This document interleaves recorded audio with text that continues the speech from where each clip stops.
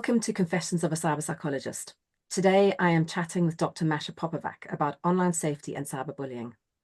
Maša has expertise in cyberpsychology and developmental psychology. Her research focuses on online risk experiences of young people, particularly cyberaggression and cyberbullying. She has developed an online safety intervention, which has been implemented in schools in the UK and South Africa, and she is currently working as Senior Advisor, Digital Literacy and Online Safety at the Alannah and Madeline Foundation in Australia. Welcome, Maša. I'm so delighted to have you on board. Thank you for having me. Maša, before we get into chatting about the work you do and the research that you do, can you tell me a little bit more about who you are and what the pivot point was for you in getting into cyberpsychology? Yeah, so I did my master's in research psychology in South Africa, and I was really interested in finding out more about risks and violence and kind of the things that lead people to kind of risky behaviors or violent behaviors. And that's where it really sparked for me, because off the back of that master's, I went to work for an organization in South Africa that was all about violence prevention. And we did a national survey of young people, and I think there were 2 or 3 questions at the back of that survey which had to do with online behavior.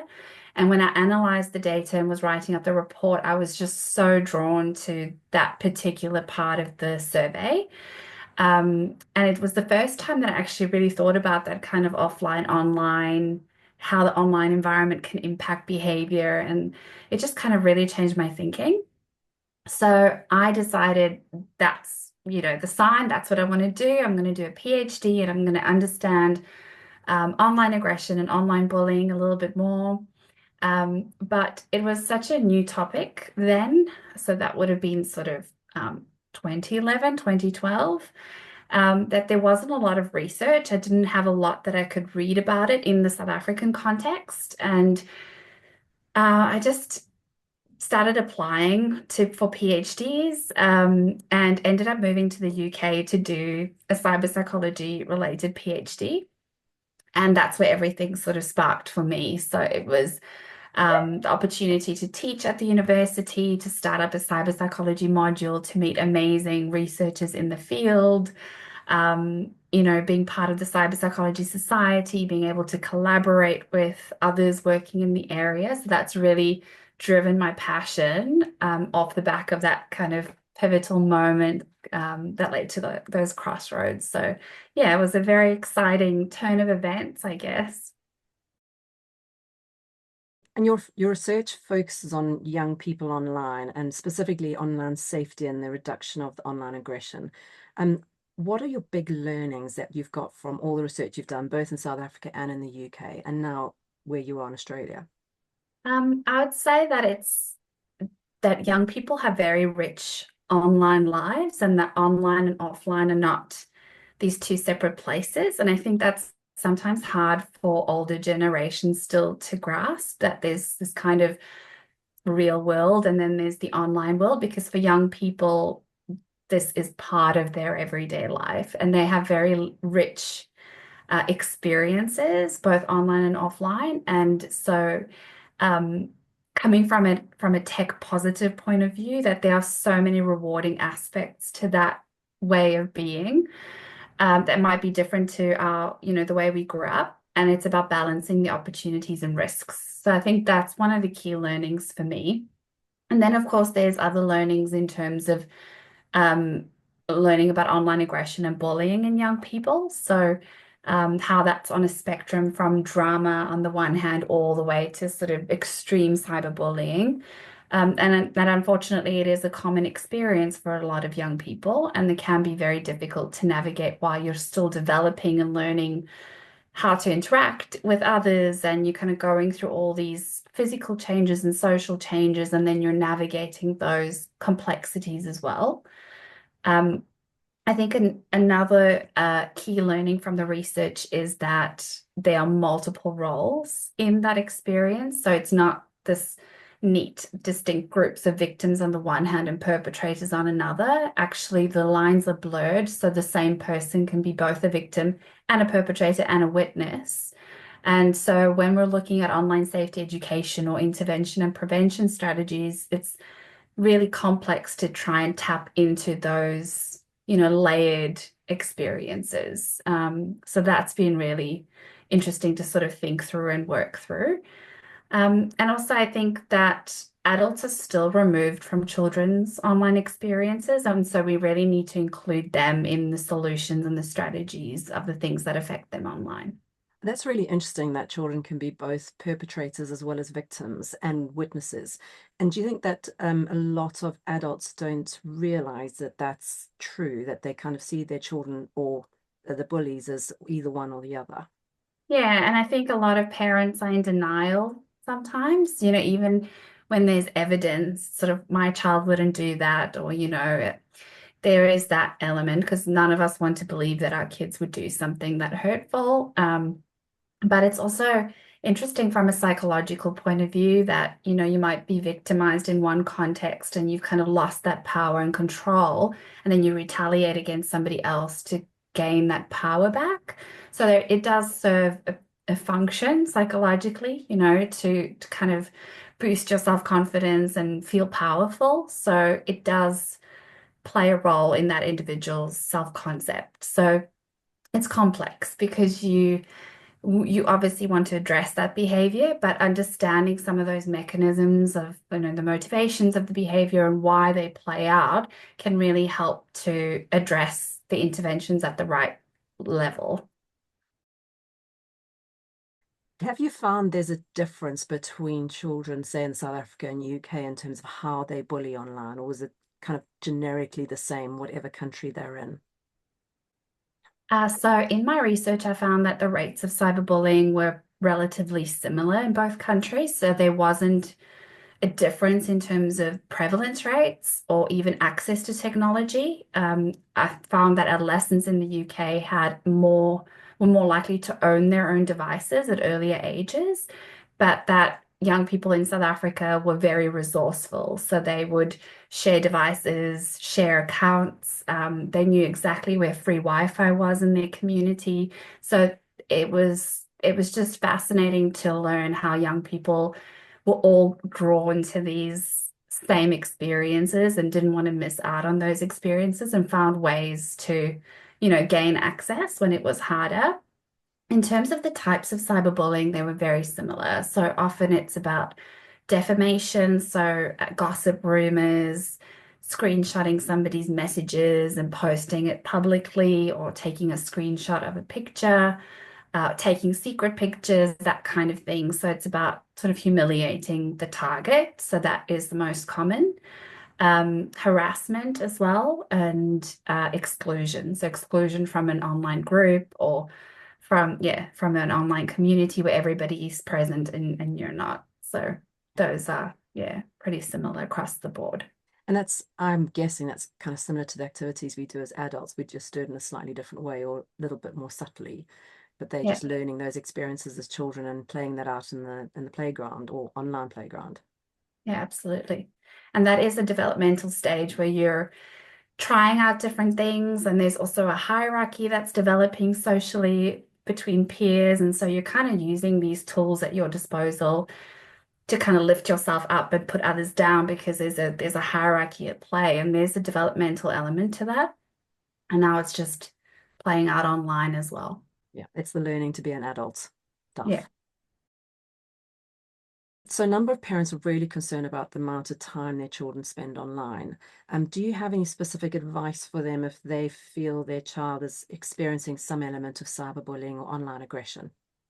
So screen time, I think, yeah, is a bit of a meaningless concept in the sense that, yes, there is a point at which time spent online is excessive and does lead to concerns and issues about behavior, but it's about the quantity as well as the quality. So about the activities that they're doing online.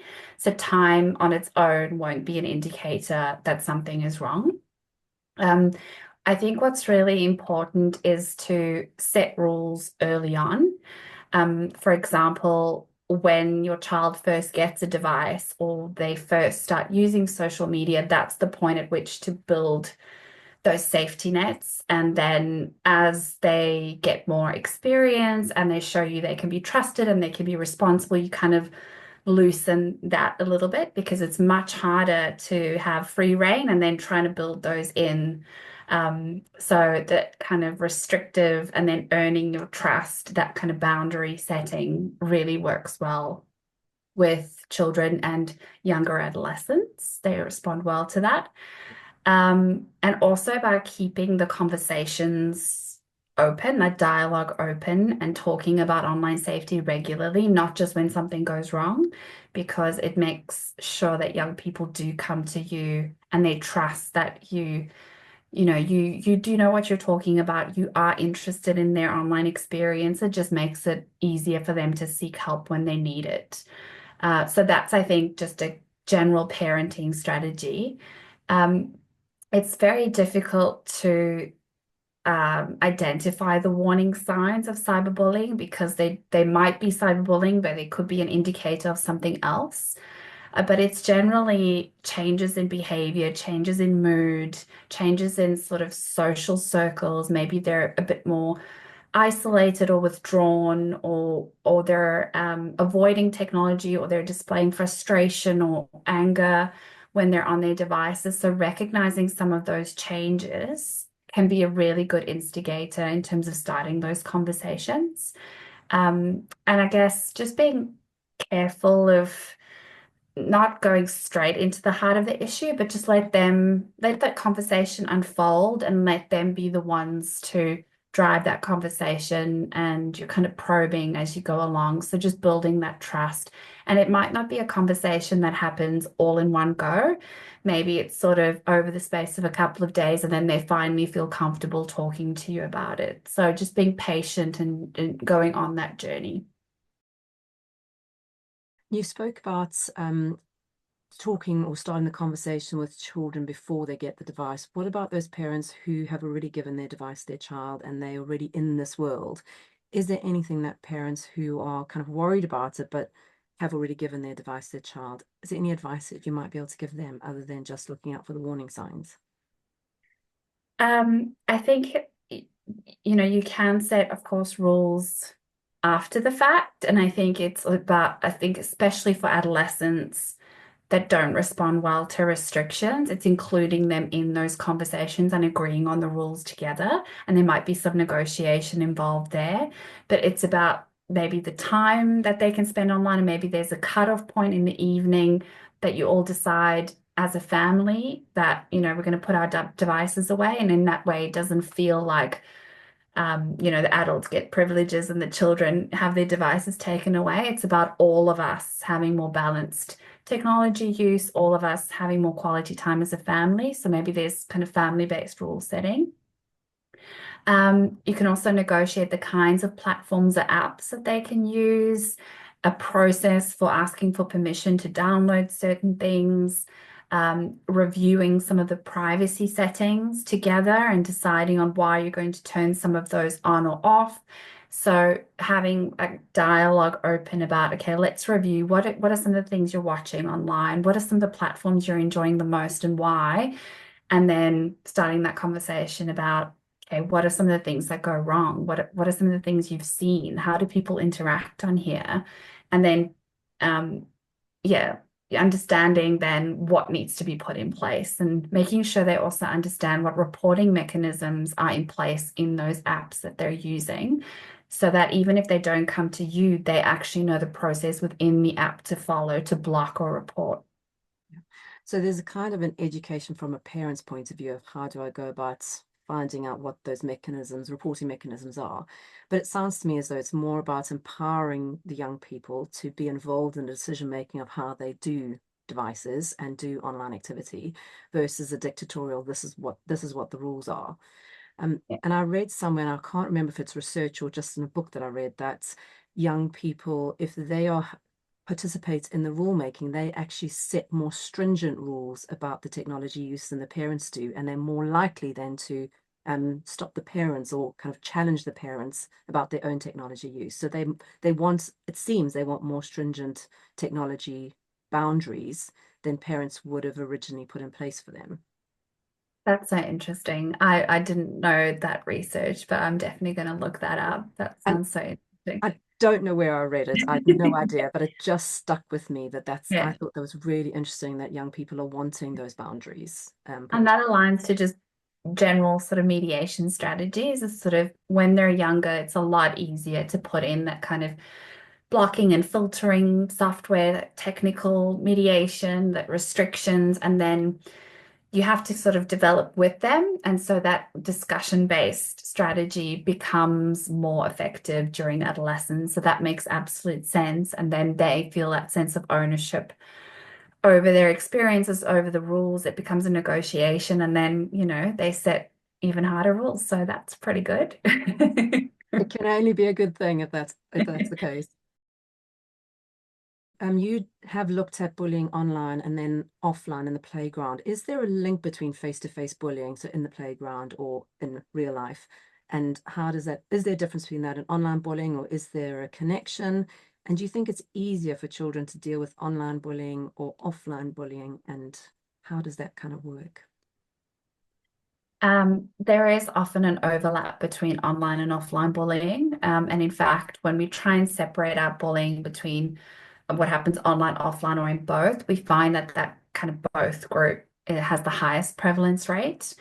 Um, and I think that's just because it's an easy way to continue something that's happened at school. You kind of continue that online or vice versa. It's just given us more tools to continue that behavior. And of course, if it is both online and offline, the consequences for the victim are, much greater. It's much harder to escape than, it's not just going to school and then when you finish school, you kind of have a bit of reprieve. It's ongoing, and so you have to face that a lot more. So the mental health effects and well-being effects are much more severe.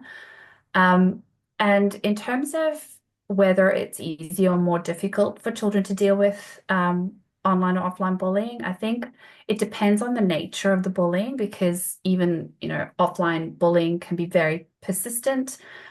And so it really depends on how that plays out. But there is some research to suggest that just the elements of being online make it a lot harder for young people. So it's things like it can be 24/7, so you actually can't escape. It can happen across multiple platforms. So you can block someone on one platform and then they're contacting you on another, and causes a lot of anxiety and fear. People are often a lot harsher online because they feel disinhibited. So, you'll say and do things online that you might not do face to face because you feel bad or you see the person's reaction and that kind of elicits empathy. So, all of those things kind of lead to more severe experiences online for young people a lot of the time. It's fascinating that actually the big difference I think for me is that it follows you everywhere. There's no reprieve. Yeah. There's no place to go that you can separate out that bullying and have a safe haven anymore. It just Yeah. is. And also just, I guess, the number of people online. So if a photo is being shared, it could be more, more than just people in your school or in your neighborhood. It just goes across geographical boundaries. So actually, the number of people in that audience so much bigger, which makes the, distress for the victim so much higher as well. And it never goes away. The photo is Yeah. always online. One of the things that parents are trying to do, and there's a lot of lobbying amongst parents about the age the child should be getting a mobile phone. So, do you have any opinion on what is an ideal age for a child to get a mobile phone that is connected to the internet rather than just one that is a dumb phone that they can use for other activities like phoning if they and keeping safe? Yeah, this is a very interesting debate because I think there isn't a magic number when, suddenly it's okay. And I think we all know that, you can have a 13 or 14-year-old that's very mature and then a 13, 14-year-old that's just not developmentally ready to kind of face having their own phone and navigating that. So it does come down to maturity and parents deciding when that time is right. But one thing is that we can't we can't keep them away forever, and we actually end up doing them a disservice when we hold off too long because it affects their digital literacy. Young people need to engage in experiential learning. They have to make mistakes. They have to take risks to learn. And so that becomes part of the experience. And so we can't keep them away from it forever. So I think it's important. Some of those things we talked about before is those open conversations, putting those boundaries in place early on, having those conversations so that they understand that, I have to be careful. I have to prove that I can use this, and then I can have more exciting times. And in that way, you're sort of developing, you're kind of keeping boundaries on that experience as they're learning as well. And so I think that's a really good strategy. One of the other things that is happening in the UK is around the potential of banning mobile phones in schools, because there's a lot of interesting debates, both at the governmental level as well as a local level amongst parents and schools, about whether or not children should be allowed phones. Do you have any opinion about that? In Australia, they've actually banned mobile phones in a couple of the states and territories. And it is effective in terms of the schools not having to deal with certain issues. It provides more control, but it doesn't stop the issues happening after school hours and then those conversations and behaviors continuing in the school environment the next day. So it's definitely not something that's going to stop online harms or online risks from happening. It's just putting some controls over it, and that means schools don't have to deal with it as much as they might otherwise. So it is a mixed bag. Some schools have reported it's really good. Young people are concentrating more, they're talking to each other more. But at the same time, the cyberbullying rates haven't gone down, other online risk experiences haven't gone down. So, um, you know, how much are we actually having some unintended consequences in that way because we're not having maybe the same conversations we might, or maybe young people feel they're not able to come to a trusted teacher and talk about some of the things that are happening. So it's just being mindful of those consequences for young people going through, more serious experiences online. Um, so it absolutely doesn't stand in the place of online safety education. I would hate for schools to ban mobile phones and think that that's it. That's all we need to do. We don't have to then address all these other things because I think schools are really a critical point where digital literacy education and digital citizenship education needs to happen. Um, and then just drawing on something that's happening in Australia at the moment, there's a look to banning social media for young people under a certain age, and that age is still kind of up for debate. So maybe 16, 15, so delaying the time at which young people can go on social media. And again, it's sort of it's just going to make that behavior go underground. It's going to affect help seeking. So, and again, it's just delaying the risks young people might take anyway, or the experiences they might have online anyway. But then have we actually equipped them with the skills to navigate that better in that delay? And there isn't discussion around that. So I think there's a balance to be struck in terms of very extreme restrictions and reactions to technology with, okay, what do we actually need to do to equip young people? It sounds a lot like what's happening amongst parents as well as in policymakers is around it's a knee-jerk reaction and trying to fix something without understanding the consequences or looking at the consequences of that decision. And Yeah. I wonder if there is a unintended consequences of if you're going to ban something, actually, as you said, it's going to drive the behavior underground. And it means that if someone is bullied, they can't go to authorities and put parents within that state of authorities to actually talk about it because they're not meant to be doing it. So, Yeah, absolutely. it really is counterproductive in a lot of ways. In terms of homework and teachers now taking a lot of homework online. So children have to access the homework through technology and parents can see what's going on with the homework and the schoolwork online. Do you think it's a good or a bad thing that a lot of interaction with education, especially after schooling hours, is happening online? Or do you think we should kind of go back to the older, well, more traditional way of writing everything out, and children looking at the homework books and the parents signing up the homework books? Well, I think we should move with the times. I think we are living in a digital era where we do have all these tools available. So if we have these tools and these apps that, provide opportunities for us to be more interactive in our homework or to share ideas more easily, I think we should absolutely do that. And I think that's also giving young people skills that will later be useful in the workplace. So I'm not opposed to, the education has moved forward so much through technology as well. We have just a wealth of information, opportunities for interaction, and I do think that that's a good thing. It's kind of progressing with how technology improves our lives rather than saying, well, actually, we want to go back to the old ways of doing things because it's comfortable for us and we think it's a good thing. Yeah. And just in continuity as well. You know, some students will go on to university and a lot of it happens online that go into work pathways. A lot of it is online now. So I think it's just developing those skills that it will just become critical. Because isn't that really what education is all about? Is it giving them the skills for the future, whether it's further education Absolutely. or the workplace? So yeah, that Yeah. makes loads of sense. So talking about all of that in terms of digital work in schools, you've implemented safety interventions in schools in the UK. Can you talk about the approach you took and kind of what advice you'd give teachers and head teachers about the online aggression that happens both within the school ground as well as then after hours that they can kind of help young people with?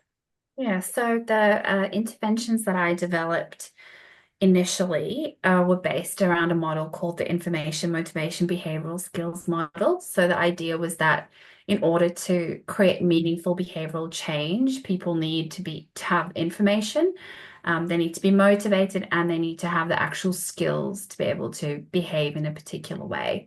And so applying that to online safety or cyberbullying, for example, is sort of making sure that young people know what it is. Um, they know what the, risks are, that the way it impacts others, reporting, that kind of thing. And then the motivations, so the reasons why they shouldn't engage in that behavior. So it's about sort of that individual motivation, but also the social motivation as well. And then knowing how to enact more positive behaviors. So it was that kind of looking at those three core areas to create behavior change. And that was really effective. And we piloted that in the UK and South Africa. In terms of taking some of those learnings and applying that to a school environment, one of the key things is around that digital literacy and citizenship. So those two are related terms, but one is about having the knowledge to be able to navigate an online environment, and citizenship is being a positive participant in that online community, and those two come together. And so I think one way is really thinking about how everything we teach young people has an online application. The school values that we, keep talking to young people about, they have an online application. So it's about respect and empathy, conflict resolution, all of those things that are now just transferable online. And I think making that connection for young people. Um, Another key thing is around just being able to navigate the space of information that we have now and being able to identify credible sources, you know, discerning truth from fiction, that kind of thing. That's a really key skill that I think I remember talking about that in school, just not in an online space. And I think that's been amplified now. So again, it's just so those same things that I think we all value, and making sure that it's applied online. And that doesn't have to be, a detailed program, or obviously that's desirable, but I think everybody in every lesson can make a small step in that right direction for young people. And it's those messages over time, consistently, that create that change and also create that positive relationship in the school environment. Yeah. And opens up the conversations to be had for later on, and that build Absolutely. that relationship up front. While you were living in the UK, you were a government advisor. Are you able to share some of the things that you were advising on? So it was a really exciting time. We were a sort of working group as part of the all-party parliamentary committee, and it would be sharing research, trends, issues, recommendations of best practice, kind of key areas of policy that could be reviewed, and members of parliament would come and join in on that and ask questions and take that on board for conversations that they were having. And that was really fascinating because it brought a lot of researchers together to share ideas, to share research, and it was just a very creative and innovative space. And then knowing that that information is being shared with the right people who can actually make a difference. So that was really, yeah, so that was really, really great. And you've also published a number of chapters in cyber psychology books. What are the main themes that you've published on so far? So a lot of what I published was about cyber aggression and cyberbullying, and particularly taking a whole school approach to intervention and prevention strategies. So making sure that we address the different levels. So it's not just about changing young people, it's also about having those consistent messages at home and at school. It's about the community and then those broader macro level structures, so the policies and laws and resources and that kind of thing. That was a big theme in sort of looking at the practical application. And then also I've also published book chapters outside of just strictly cyber aggression and cyberbullying, looking at online behavior more broadly, in areas like social psychology and health psychology, which is just really nice as a psychologist, as a researcher, to be able to look at other areas with that lens. And understand other behaviors because inevitably it gives you more insight into your own area as well. So just I think the psychology behind online behavior is so fascinating. Masha, you were involved in the BPS at its foundation and part of the BPS Cyberpsychology Society. What was it like to be involved in something so historic within the UK? I absolutely can't take credit for this, because there are some amazing people at work to really get that off the ground, that I've had the privilege to, collaborate with and talk to and work with. I did join the society once it was established and kind of contributed to that work getting off the ground, but it's been so rewarding seeing the field grow in that time. Um, the first conferences, like really wonderful opportunities to be involved, to bring a community together, and then being able to just share ideas and just see that evolution of the textbooks coming out and papers coming out and the interest from students wanting to study the area. So yeah, it's been a really exciting time to see that grow, and some amazing people involved in that behind the scenes. And now you're living in Australia and working for the Alannah and Madeline Foundation. What is it that you do for them? Yeah, so I've taken a break from academia to focus more on the practical implementation of my research. So the foundation does work around online safety and digital citizenship and creating programs for young people, primarily in schools, but in other settings where young people meet. And so I get to develop interventions, I get to develop resources and programs that go across schools in Australia, to do with online risks and working with teachers, working with parents. So it's just been a very exciting time to kind of take more of that, still have that research lens, but actually focusing a lot more on that practical application and then seeing that be used in schools. So it's just kind of swapping sides a little bit. But making the research so much more valuable because it's not just about the theory, it's about how it actually works in practice and taking those learnings and then taking it back into research, Yeah, which is a yeah. fascinating way to do it. What do you think the future is for cyber psychology in Australia and the UK? AI? social VR. So all of those things I think are really hot topics at the moment. I've been reading a lot about AI literacy as well. I think that's really fascinating. Um, I think also our general understanding of the things we're currently looking at is shifting because technology is changing all the time. So, yeah, I think it's going into some interesting spaces, and I think AI and VR, kind of social VR, is where it's at. Yeah, I agree with you. Absolutely. And I think that's the one thing with cyber psychologists. We have to be dynamic and we have to be constantly looking at the new stuff rather than sticking in a lane that we were used to, but constantly learning. And that's the great thing about cyber psychology. It is a process of constantly learning and growing and evolving and And things changing. changing on you. And, Yeah, and, and it's changing the perspectives on how this could be impacting the future of self and society. yeah. And I think also the learnings we have from other things that have already happened Yeah, is being able to get a little bit more on the front foot in terms of policy and prevention strategies and building some of those things up front. yeah. Yeah, so that's really exciting looking at the application of learning in other areas to these new spaces. Masha, I'm getting to the end of the podcast now, and there's three questions I normally ask guests at the end. The first is, what is the most important question I haven't asked you yet? I think we've touched on it a little bit, but that kind of intervention strategy in terms of that bottom up or top down.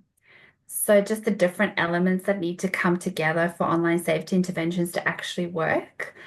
Because there's a lot of very good ones, but we're sort of dipping in and out of particular audiences, and those puzzle pieces are not coming together.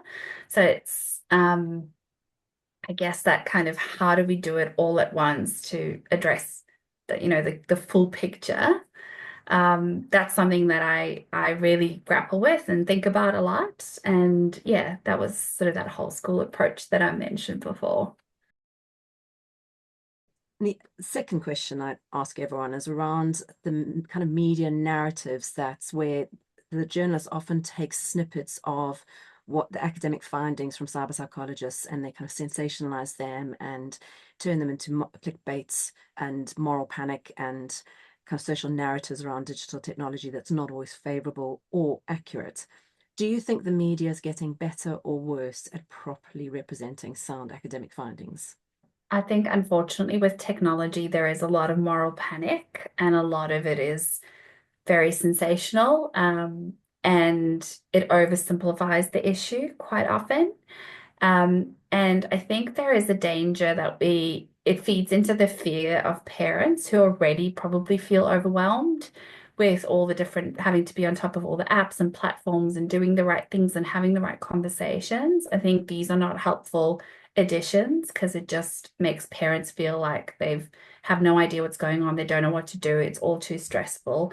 And then sometimes they do nothing. So I do think that there is more responsibility to be taken about having that balanced approach to the way that we report around technology use. And it impacts the advocacy that happens as a result of, some of these issues.